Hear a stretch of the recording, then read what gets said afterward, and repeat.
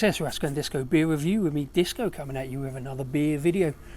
And this time it's Disco Day again. Got another 5 beers with Disco in the name that I like to collect and review all at the same time. Do this twice a year, round about Christmas and round about my birthday in July. I don't really care that much for my birthday, but I do like the Disco beers, and as I say, these things amuse me, and if breweries have gone to the trouble of making a beer, I do see it as my duty to try these things, especially if they got Disco in the name. And if for no other reason than it really annoys Rasko because he hasn't yet found anybody who's put his name on a beer label yet.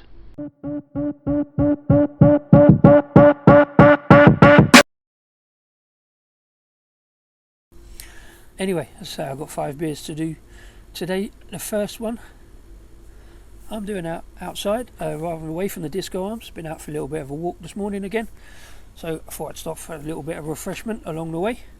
And the first one is a brewery called 40 Foot. Now this one is a little bit of a cheat because I have had this beer before in previous Disco days. It is called Disco Pils, but this one is a slightly different version. It's Disco Pils Raw. It is a 4.8% Pilsner lager, made up in North London, 40 Foot, Hackney area. Let's get into it. 40 Foot Brewery, Disco Pils Raw. Called 40 Foot Brewery because they started off in a 40 foot shipping container. Comes in a 330 can, so I've got 2 of them to top up my pint. But you know what, actually I think I'll just leave it as one for now because pours out into the glass nice and light with an orange tinge. Quite a fizzy head, that's again possibly because I've left it a bit too long.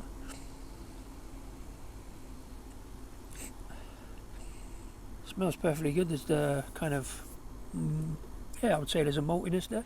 Anyway, cheers. Happy Disco Day.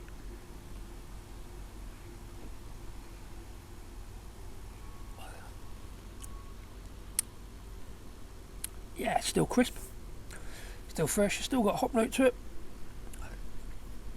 It's a touch of kind of I used this expression before, a little bit of like marmaladiness kind of in the body of the beer, and a little bit of kind of orange zest, orange rind on the back of it.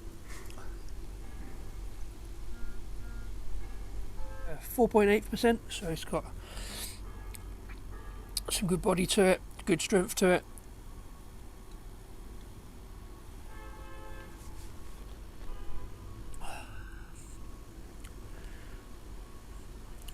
It's touching a little bit on a kind of IPA note with the hoppiness, but there's nothing massive here.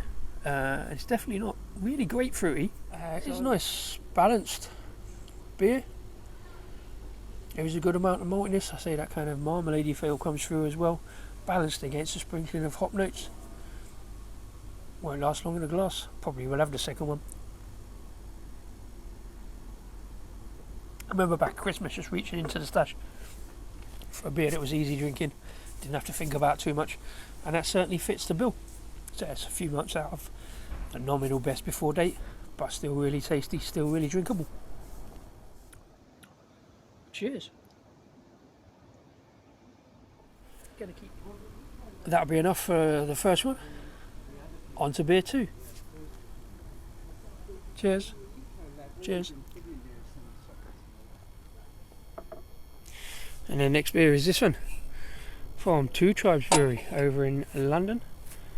In fact, King's Cross, which is somewhere around here on the London skyline. I can't zoom in well enough with the lighting, etc., but it's somewhere around here. Oh, Wembley over there, I think there's a Shard there somewhere. But they're brewing King's Cross. This one is a little bit of a cheat, I've got to admit, because it doesn't actually have Disco in the name as such. It's called Metroland. It's a 3.8% session IPA, but what it does have is the word Disco on the label, which you might notice matches the t-shirt.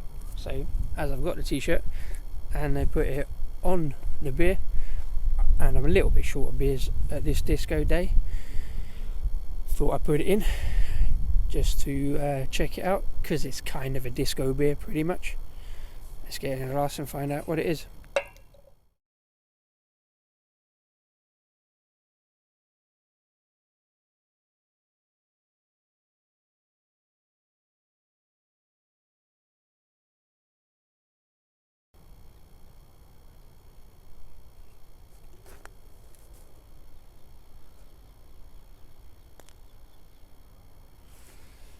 Yeah, that didn't go so well. I've been out for a bit of a walk, so it's probably been bouncing around in my bag a little bit. It's also been in my stash a little while. It's well in date, it's just me shaking it about. Crossfade jump cut till it's ready to drink.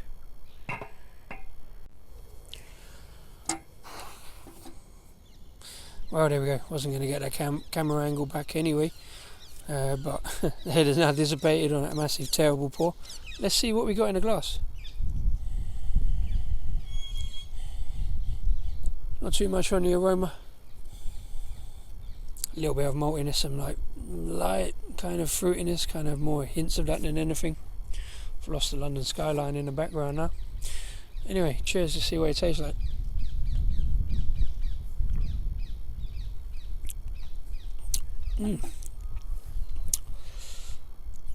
Yeah, so it's a session IPA, so it is quite light, but there's definitely plenty of taste there. Good malty background, a little bit of kind of slight marmaladiness, kind of slight orange-like citrusness.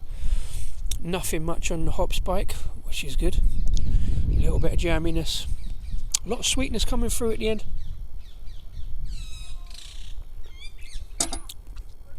It's a session IPA. That's not going to last long in a glass, especially some refreshment after a long walk that I've been having. A really nice beer. I say a little bit of a cheat because it's not actually called Disco as such, it's just got Disco on the label. As session IPAs go, I'm not always a massive fan of them, but this one's a good one. I think this pretty quickly. I think I wander back. I've got a few more beers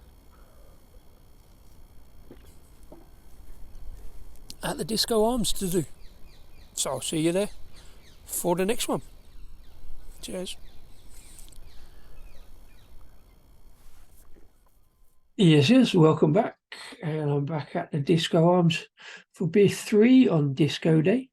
This one comes from South London. It's a brewery called Howling Hops. And it's a beer called Disco Corner. It's a 4.5% pale ale. Couldn't find an actual corner. Probably could have done it over there where I used to do videos. So I'm just in front of the cans and bottles here on the bar. What I still insist on calling the Disco Arms. This beer is, as I say, a pale ale. It's got Cashmere, Idaho Gem, and Eldorado hops. 3 hops that I know very little about. Not that I'm that well versed on hops anyway, and I always struggle with specific hop characters. So let's get this one straight into a glass. It's straight out of the fridge, and see what we can find. Howling Hops is a brewery. I've had a couple of their beers here and there round and about, but I haven't checked them out in a big style. They're over South London. I want to say kind of Wimbledon way, I think. Seems to be a very London-centric set of beers on this Disco Day. In fact, London and international. And it's another one that's poured out proper lively, a terrible pour, so looks like it's another jump cut until it's ready to drink. There we go. That's better. Howling Hops, of course, I should have said from Hackney. I always thought them to be a South London brewery. I don't know where I got that from. But beer is in the glass. Let's get straight onto it and check it out.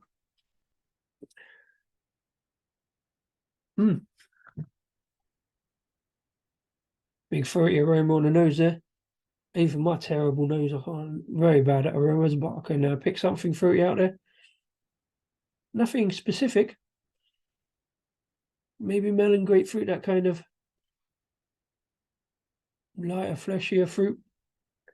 Let's get in and see what we can find from those hops. Cheers.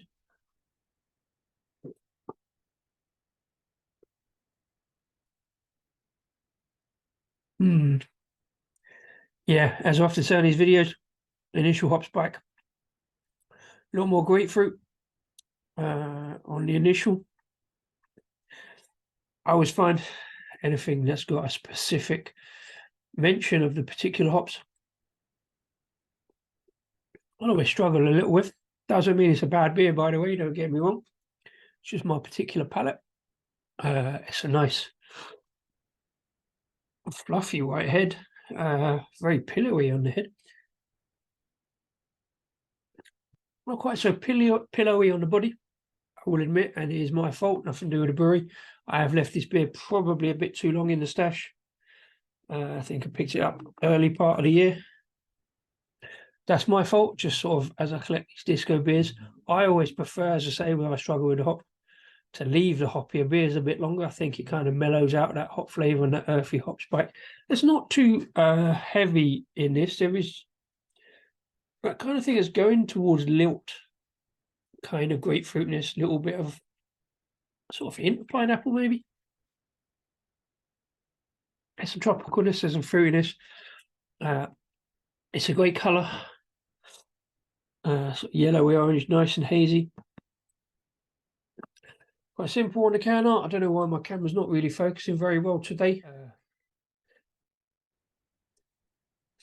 Nice and simple, but good colours on the can art with the logo and the beer name and even the hop. See, 4.5% pale ale in a 440 can.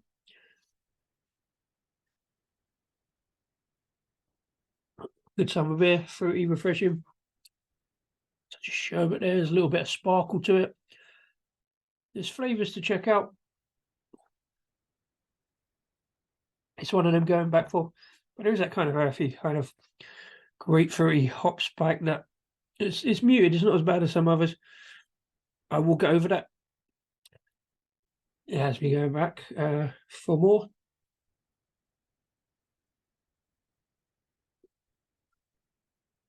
Mid-session beer, to be fair.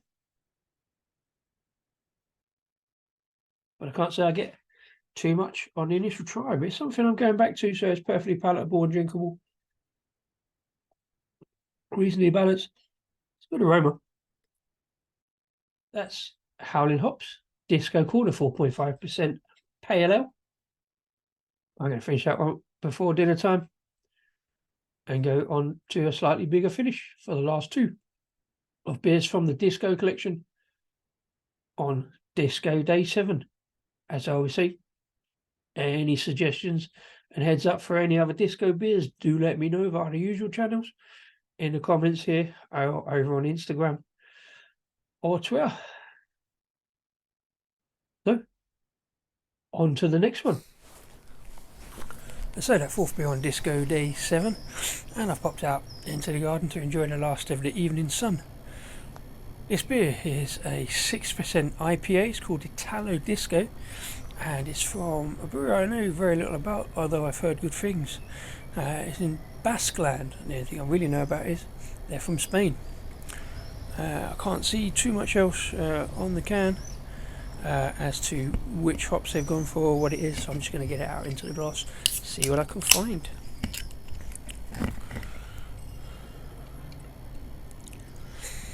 Looks to the part, quite pale on the pour. Save this one for the back end, assuming it's going up the ABV and a little bit darker, but no, it's quite a light IPA as IPAs go. Some pale malts in there. Kind of refracts a little bit off the sun. Some funky artwork on the can, like that. Plenty of colour.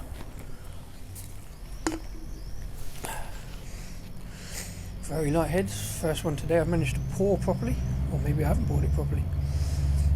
But it is there in the glass. There's that definitely much stronger fruitiness. Kind of reminiscent of the pale ale I had before, the Howling hops, but more noticeable on the fruit. I still think it's going to be grapefruit, and still that kind of tropicalness going on. Let's get straight in. Cheers.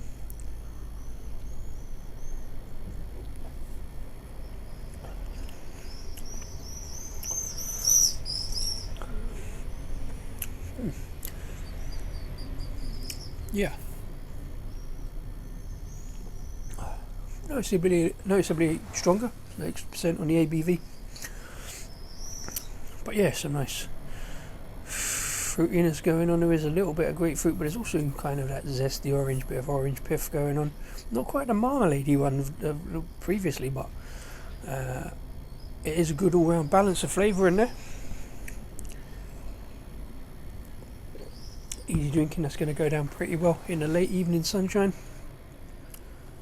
This is kind of why I don't really often do much in the way of IPAs, and in fact pale ale session ale pale ales, because all the hops for me kind of merge into one. And I've said it before, can't pick out anything particularly individual. It's not unpleasant, that's not a bad thing, because it's not a bad beer. And it's quite thin, not particularly carbonated there, and it head's dissipating fairly quickly. It's going the other way. Normally I say that the hop spike, the grapefruit comes up first, and then it kind of rounds out into a more balanced beer. This one's going the other way. It started off fairly well balanced, and I'm getting the grapefruit more and more coming through,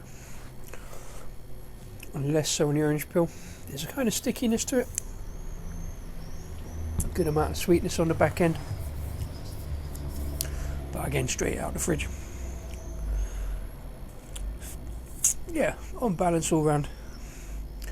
Pretty good, really drinkable, refreshing.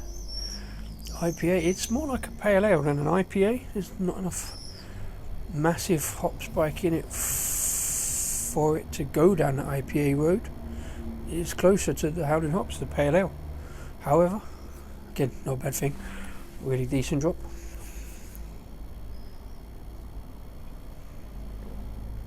Kind of bashing through them a little bit now. On something not that big of a finish, but definitely something darker. Cut to beer 5 on Disco Day 7, and beers from the Disco collection. Cheers. And the fifth and final beer here in the Disco Arms on Disco Day 7 with beers from the Disco collection. As it's got dark outside, so it's got inevitably dark in the Disco Arms. This beer is called Death Before Disco.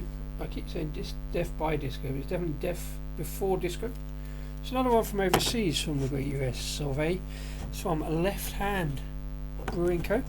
And it is a 6% porter. Nothing more to say about that. I don't know too much about Left Hand Brewing. If any of my American viewers do let me know.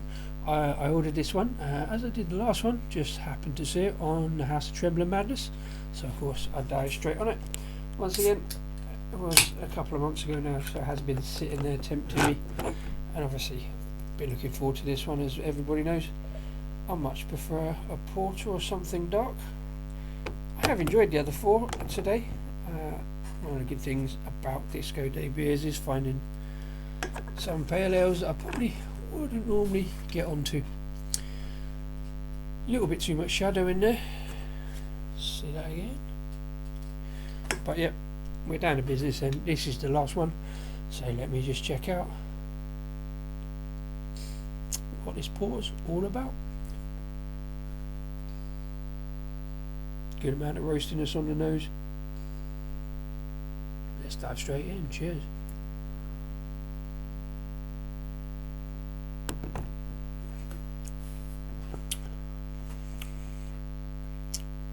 Okay, yeah, it's got all the right notes of porter. Oh, there's something kind of, yeah, there's a bit of burnt toast, a bit of raisin coming through quite late on there on the palate. Yeah, it's quite a roasty porter. It's quite robust. I always use that term, robust porter, for the roastier, toasty ones. It's been in the fridge all day, so probably should have taken it out earlier. It needs to warm up a little bit, but there's some good notes in there. There's a touch of kind of, I think there's a touch of dark fruit, sort of sweetness to it. Yeah, there's lots of burnt toast, raisin. Not so much bourbon biscuits, there's not so much chocolatiness in there. It's easy for me to say after 5 beers. I haven't done 5 beers straight, I've spread them out, but yeah, there's lots of interest in that one. Quite sweet. That's not a problem for me. I haven't found a beer yet that's too sweet, even some of the adjunct heavy ones. Don't think there's any adjuncts in this. I kind of imagined it was, but I don't believe there is. Can't read the can anyway. So I'm just enjoying that as a nice dark and roasty tasty porter.